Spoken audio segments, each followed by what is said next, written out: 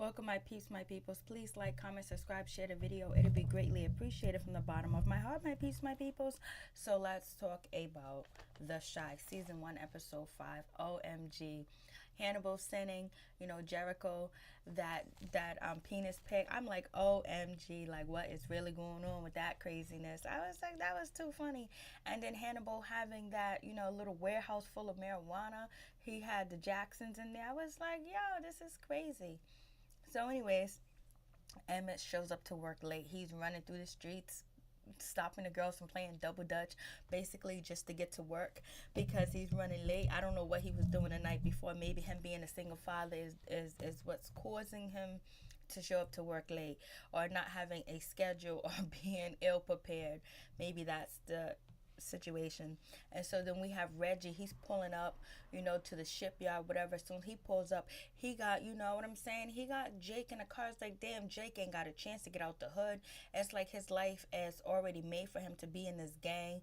It's just like sometimes when people are farmers, their kids become farmers or truck drivers. It's like his brother's running a street gang, and then now it seems like he's going to be in the street gang as well. And I don't know why Reg took him to go pick up the guns. I guess he wants him to get familiar with the street life and the street code and all that other stuff. I'm just like, damn. So, anyways, Reg pulls up to the shipyard with his boys, two black trucks. You know what I'm saying? He pulls up, and basically, that is the tip that Trice got from Detective Wallace, because Detective Wallace is a dirty detective, basically. So this is how they was talking in a previous episode about how the guns are getting on the streets through the police. So, anyways, they go there. They go to the shipyard and they unload, one of the cases or whatever, and it's all guns. They got guns, and then Jake wants a gun, but his brother said, "No, you can't have a gun. You ain't ready for that. Load up the boxes or whatever." And then so then Jake, he takes a gun, and then he goes in the back and he takes a selfie with the gun. Like, come on. Like, but he is a child. You got to think about it. He is a child. We're like, why is he doing that? Because he's a child. And then someone notices him, and then he starts to chase after him. They almost got caught up in some shit. So it's like, damn, freaking, Jake is like destined for that life. But at least, you see Papa and you see, Kevin, they have some type of, role models at home, people to guide them. They have somebody there to help them. I don't know what's going on with, Kev's mom. Is Kev's mom strung out? Is she not living anymore? Where's the grandmother? It just seems like Reggie's the only person that Kev has. And, Jake has. It's like Jake doesn't have anybody else, basically. And he's being raised by his brother. And his brother ain't no good. But he's no good in a way that because of the life that he's living, but there's a lot of people that live that life, and who knows if it was passed down to him as well, to be in a gang and stuff like that. So, anyways, moving on from that, we get Brandon's at his cousin's house. Basically, they're trying to do tai chi. It was good to hear Hannibal tell Brandon about like his chakras, bad energy, and try to get him to do tai chi to release a lot of that energy. And he was like, your chakras are all messed up and all this other stuff.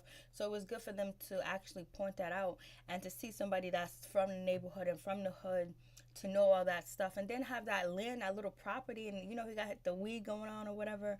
And so basically, I was like, okay. He called them the Jacksons. He got the gorilla weed. They're smoking weed. And then they end up talking about Jericho, like having and Hannibal was like, Jericho's with this guy named something. He's probably an orthodontist and all this other stuff. And then at the end, we find out that Jericho is at the block party with another dude. Like, damn, they really wasn't hallucinating. And so then we got Q. Q goes to see Sonny at the restaurant where they fry pork chops. I didn't even know people still eat pork chops. But anyways, um, so he goes there. So Q goes there to talk to Sonny because he wants to get the old crew back together. And basically, Emmett, he is eavesdropping and he gets caught. And then Sonny comes up to him with the broom. I thought he was gonna hit Emmett with the broom, but he didn't. He could go sweep something. Emmett was like, "Oh, I was just gonna tell you I was gonna give you $100 back or whatever." I was like, "Damn, you lucky they wasn't talking about nothing serious." Because Q in the last episode, he was getting all his tools and his bags together. And then he's asking Sonny where's the old crew at. So I guess, Q used to run the neighborhood. He used to be the kingpin. He used to keep things in order, and he probably was, a killer at one point in time. He had a crazy crew because we learned that JB, one of his boys that he goes to find, they call him crazy, a crazy mother sucker. So it seems like they used to run the streets heavy, but they also had discipline. That because when Q was talking to Trice, not last episode, I think episode 3, Trice was like, "You taught me well." So Mm, mm, mm. So we know Q's out here. There go Q and his crew getting together about to run these streets, because I think the reason why Q is going after Trice and the gang is because maybe he believes that one of them killed Jason, but it is not really saying that. And and he also talks to his Q talks to his boy, JB and Tap or whatever, and he tells them that he's not ready to get back in the game and take over, sell drugs or whatever, blase in the third. He's not ready to do that yet. That's not, he's on a different mission basically. So we'll see what happens with that. And so Brandon is still talking about Jericho and everything like that. So I'm just like, it's going down. And so then we get Ronnie's talking to his grandmother, whatever, and he's putting the Shufford stove top, whatever, I think it's Stouffer's inside the microwave for his grandmother. He's like, just hit it, just put 5. And she goes, "Motherfucker, I still know how to count." I just busted out laughing. And so then she's like, "Where you going? Where you going, Ronnie?" And he was like, "Nah, I'm just going somewhere." She was like, I hope you're not going to go see Tracy. I hope you're not going to see Tracy. And she goes, and she said, "I'm trying to save your ignorant ass." She goes, "I'm trying to save your ignorant ass straight about that bitch. I'm trying to set your ignorant ass straight about that bitch," basically. And a lot of my videos, I talk about, if you have any people that are old school, people that you do know, people that have your best interests, and people that care about you, to actually kind of like meet your mates, because some people got wisdom and some people can just read people. And grandma was right, because Tracy done turned around and shitted all over Ronnie. Ronnie done went to her house with Jason's cell phone. She's like, "I don't want to hear." She lets him in. Basically, she can't get in the phone. She gives him back the phone, and she was like, "I don't care what you did. I didn't tell you to kill nobody. I didn't tell you to do this." Ronnie, I was hurt. I was in pain, because Ronnie was like, "I took care of the people that took Jason away, that took Jason out of here. And she was like, "I don't care. I didn't tell you to do anything. You a grown man. You got your own goddamn mind." Knowing damn whether she was pressuring him and she was pushing him to do something. And she used her body too. She had sex with him and everything. And he thought, "Okay, I'm getting back in with Tracy, so let me do this." And she knew she was using him to get at the people that took her son, because that's why she had sex with him, to persuade him to do what she wanted him to do, in my opinion. So anyway, so now she's telling him that she don't care. She goes, it ain't got nothing to do with her, and she's moving forward in her life, and she ain't even worried about Ron. And she said, "Huh, take this cell phone, because I don't want it no more." Like, damn, you don't want to find out who's the last person he talked to, the last person he called. Did he take any pictures of anybody? You don't want to go get the phone unlocked. Now you just moved on, because now you feel good, because you feel like the person that took out your son is gone, so now you can move forward. But Ronnie can't move forward, and Ronnie shouldn't have been so damn gullible. He should have listened to his mother. His mother told him to stay away from her. And she was like, "Oh, so that's why you couldn't come the other night, because of this or whatever." She acted like she cared for a moment, and she was like, "Oh, no, I don't want no part of this. You ain't got no money, Ronnie. She ain't messing with no broke dudes." So it is what it is. And so then, so you have, Q, he goes meets up with his boys. Q, he goes meets up with JB, and he meets up with Tap. And you see Tap playing chess. So he has a calm mind, he has a focused mind, and he knows how to strategize. And he knows how to take out his enemies, basically, because he's actually playing chess. So that gives us, a look into that. So we also see JB, he's at the automobile. he's at the auto shop. He's working there. He's lifting parts, you know, so he knows how to piece things together, put things together, and he's good with metal. That's what I'm figuring. And he's strong. Q goes like, you like this job? That he was like, they pay you well. I was like, nah, they don't pay shit. So he walks off. So now Q got his boys back. He got Tap, and he has, you know, JB. But you know, Tap says, we're gonna be running these blocks again. We're gonna run these streets again. he was like, nah, not yet. And so I'm just like, damn. So now we know what Q's about, and but he doesn't know. Q doesn't know his exact mission. He doesn't know if Trice or Reg or his boys actually took out his son. I believe that's what he's looking for, and I believe Jason's his son, but he doesn't know yet. So he's trying to gather intel. Once he finds the intel, he's gonna make a move. And he got his boys. I don't know if he wants to take back over the block. You know what I mean? So, anyways, now we have, you know, Ronnie's gonna take his grandmother to the block party because there's a block party going on. I miss block parties. I haven't seen a block party in years. I used to love going to block parties. It was the best. So, anyways,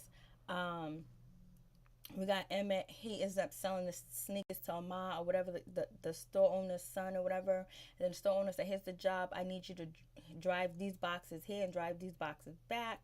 You don't need to know what's inside of it. And Emmett takes the job without questioning. You know, Emmett get caught with all them boxes of cigarettes. He's going down. He's going to jail for a long time. And he don't got no money for no lawyer, no attorneys, no nothing. So, you know, Emmett just taking, you know, the job without even questioning it at all. And does Emmett even have a license? Was good. So Emmett drops off the boxes of cigarettes. So we find out they're cigarettes, but Emmett thinks they're terrorists. He's thinking he's working for ISIS and all this other good stuff. He gets there, Ahmad's cousin's like, stay in the fucking van, stay in the van. And then, you know, they got guns and shit. I guess you gotta have guns when you're importing cigarettes.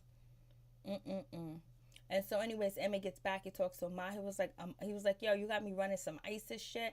Then Ahmad's like, oh, that's so racist. He was like, you was talking about Black Lives Matter last week and all this other stuff. And he was like, yo, for real, I want to know what's in the boxes. So he finds out that it's only cigarettes in the boxes. And then Ahmad talks about that, you know, you make more money selling single cigarettes than you do for a whole pack because everybody can't buy a pack. And then that's when, you know, Emmett was like, yo, I got some plans, yo, you know, I can really clean up some sneakers. I can sell sneakers and we can get way more money. You know, I just need an investment. I need somebody to invest in me. So Ma was like, I think my cousin will want to invest or whatever. So we see Emmett making plans, making deals. Instead of selling drugs, he's gonna be selling sneakers. But I don't know if Q's gonna come at him for that $100 because he never gave Q back his $100. I don't see why Q would be worrying about the $100, but oh well, we'll find out. And so I was just like, oh shit. And so then, you know, what's his name? The Kev, Papa, and Jake, you know, they walk into the store, whatever. They get some stuff from the store, you know.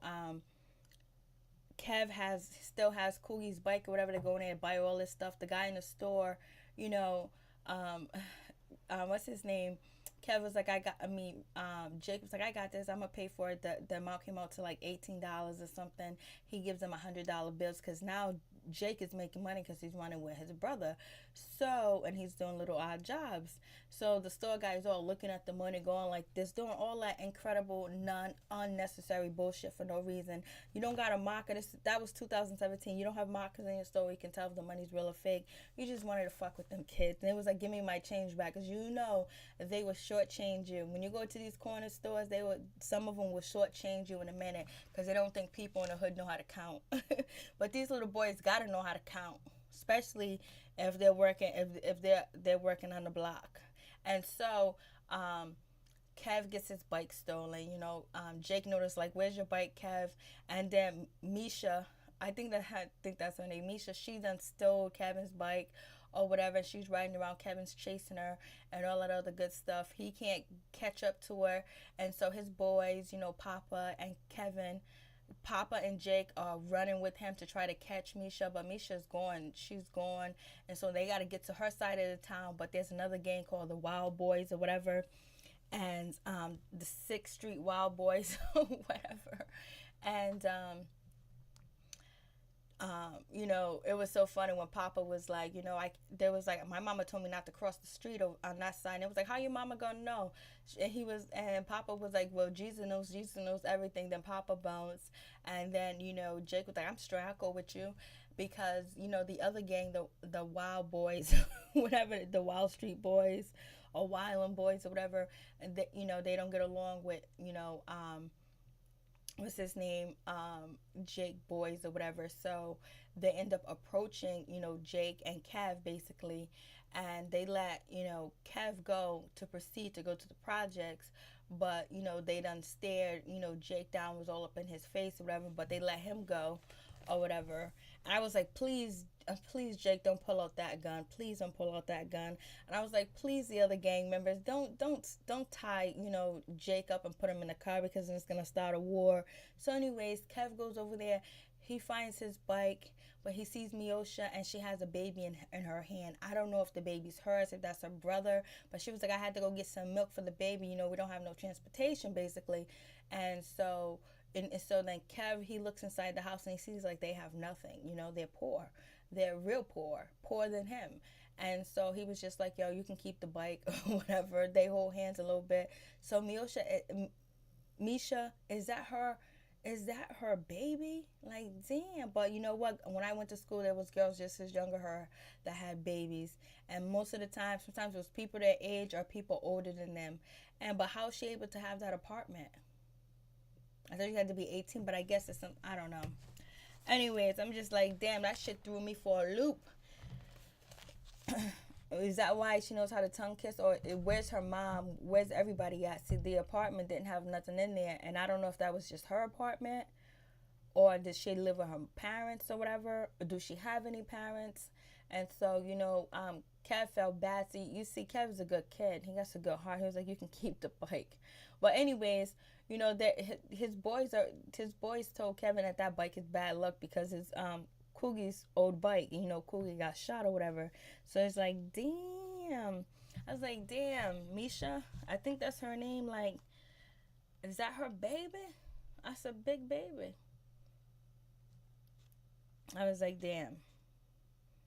So anyway, so he lets her keep. That shit threw me off. And so he lets her keep the bike or whatever. And so that's just crazy. But everybody is going to be going to the block party. I guess this block party be lit, and people love this block party, so it's going to be popping, and everybody's supposed to be going. So anyways, but one thing is Reg noticed. Reg boys noticed that Q's been watching them, and he tells them he tells Reg that, yo, the old man got company. And he was like, damn, I wonder what the hell do they want. And then Reg boy tells him that one of the dudes' name is JB. He's a crazy motherfucker or whatever.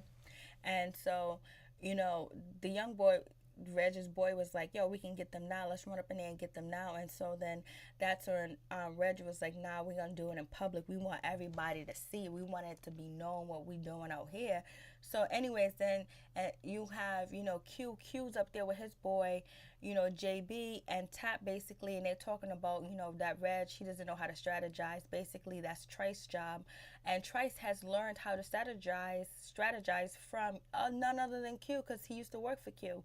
He used to be one of Q's soldiers, but we learned that Reg is one of Trice's lieutenants that runs this block or whatever in that house. And also that Q talks about there's 4. There's one on the front, one in the house, one on the porch, and then 3 that stay beside, Reg or whatever. So basically it was like, yo, you want to take them down? We'll see how much they know how to strategize when we come at them. That's what JB and Tap is saying, let's get it. And then, Q was like, I don't know yet. Let's just wait a while. We'll see.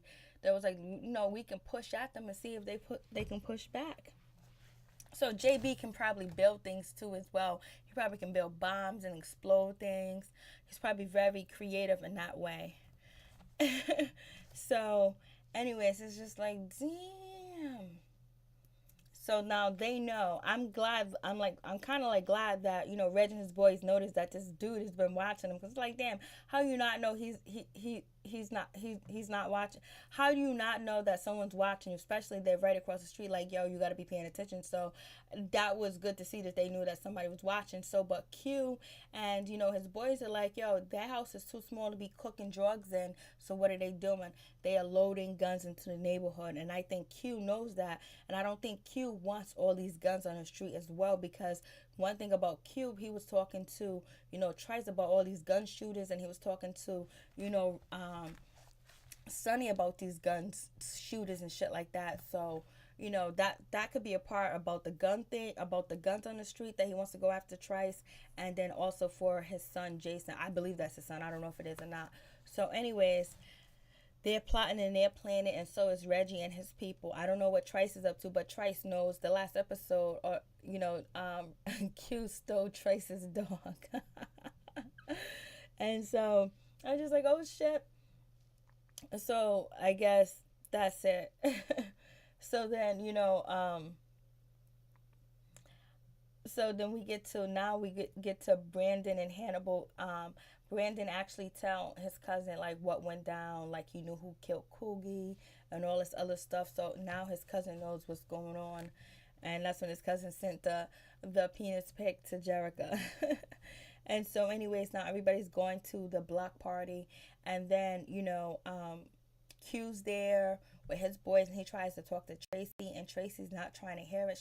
He was like, it's been a long time. She was like, please. So Tracy was messing with a hot boy, messing with a kingpin, messing with a drug dealer. Now she's not. And then she went on to Ronnie. Ronnie was a drunk and a snitch. So how long has Ronnie been out here in these streets snitching? And so Ronnie doesn't know who Q is. You know what I mean? So Ronnie and his grandmother was sitting down at the black party, and then Ronnie was like, who's that talking to Tracy? And then grandma goes, nothing but trouble, trouble, trouble. You don't need to get into no more trouble. And he doesn't know who Q is. I'm like, damn. So Ronnie's not really a street dude. That's probably why he's running around with Detective Cruz for a while. So, but anyways, so you have Reggie. He's acting up with his boys because he wants to hear a little Bibby. He wants to hear some, up-to-date music. And he's yelling, he's screaming. Q goes over there to confront him and was like, yo, you need to chill out. This is a family event. And then he was like, yo, I'll take you down. I'll shoot you, whatever. And so that's when, something like that. And then so Q was like, before you can even pull out your gun, you'll be dead. And then that's when, Reggie was like, I ain't afraid to die. I'm ready to die. I ain't scared to die. He was like, but your little boy here is. Because when Q and Reggie was about to square off, Jake was trying to bounce, and then that's when Reggie grabbed him and said, where you going, little motherfucker? I was like, yo, Reggie is a fucking asshole. He wants his brother to learn. Like, nah, you ain't no pussies over here. I'm like, yo. So then Reggie was like, all right, I'm gonna leave, I'm gonna bounce. I thought Reggie was gonna come back and shoot up the party, but there was shooting, but it wasn't Reggie. Nobody at the block party got shot up or whatever. So then that's when Brandon meets up. Brandon sees Ronnie, that Ronnie is not dead, because Brandon believed Ronnie was dead, and that's what he told his cousin, that this little kid shot the dude. That's why I didn't go to the cops. And so he talks to Ronnie. Basically, Ronnie said, yeah, I killed your brother by accident. I thought he killed my boy, Blase the third. And so it seems like that situation is done because he got shot. He got beat down. They thought he was dead. And so Kev is sitting there watching too. And Ronnie says, you see that little boy right there? Don't fuck with him. Leave him alone. Don't mess with him. So, because Ronnie's like, this is not the place or the time. Ronnie was not into any type of physical shape to fight. He's still healing and his wounds and stuff like that. And so then Brandon bumps into Jerica, and then she is there with a date, and her date was like, oh, this is the guy that's always calling, that he keeps calling. And so then Brandon is about to cry. Jerica's crying or whatever, and she's chasing after Brandon. Brandon was like, I don't want to hear it, because Brandon was like, damn, you replaced me that quick. She was like, it ain't even like that. But damn, Jerica's mad at, Brandon for having that gun and all this other stuff, but he didn't shoot anybody. He just beat the boy down. She didn't even want to hear the story, hear anything. She just quickly made her decision because you know what, she's thinking about her future. But damn, if you love somebody, sometimes you gotta understand where they're coming from, and then also you can give them advice because he does listen to Jerica. But you know what? It was a difficult situation where, his brother was killed. And then don't let me get the part when, Hannibal and, Brandon goes into, Sonny's restaurant, and Sonny tries to shake Hannibal's hand, but Hannibal's on the phone and he runs outside, and Sonny sits down to eat his sandwich. I was like, no, Sonny did. And then Hannibal comes back in. He was like, yo, what happened to my sandwich? And that's when, Brandon was like, yo, he tried to shake your hand, you ignored him and walked out. You left your food here, so he sat down and ate it. You disrespect him first. I was like, no, he did not eat that pork chop sandwich. And listen, they really have pork chops on two pieces of bread, white bread. I wonder if it was Wonder Bread. Like, that is an old school. They used to do that back in the day. Pork chop between two pieces of bread. That was the best sandwich ever. I don't eat pork chops though. But I remember that shit back in the day. A pork chop sandwich was the shit. So anyways, just guys tell me what you think about the episode. I'm going to give it a B. A B plus, almost an A, because we learned a lot of information. We seen Ronnie gather his boys, and we know that they're ready, and they are. We seen Q gather his boys, and his boys are ready and able, and Reg is on to Q, and where is Trice gonna come in at? And then we see what's his name? Jake actually telling his friends that he's gonna be joining the gang or whatever. That they was like, "Are you gonna get jumped in?" And he was like, "Nah, not yet," or whatever. So then when it was at the block party, you got Kev and you got Papa sitting there, and then that's when Reg calls, Jake over, and he was like, "Nah, I gotta go." He was like, "No, just stay here. We got you." He was like, "Nah, I gotta go because now he's gonna have to. It's gonna be time where Jake is gonna have to choose between his gang or his friends, and he's gonna always have to choose his gang, or they will ultimately kill him because your gang come first, and that's gonna be some shit too. It's crazy. Peace and my one love.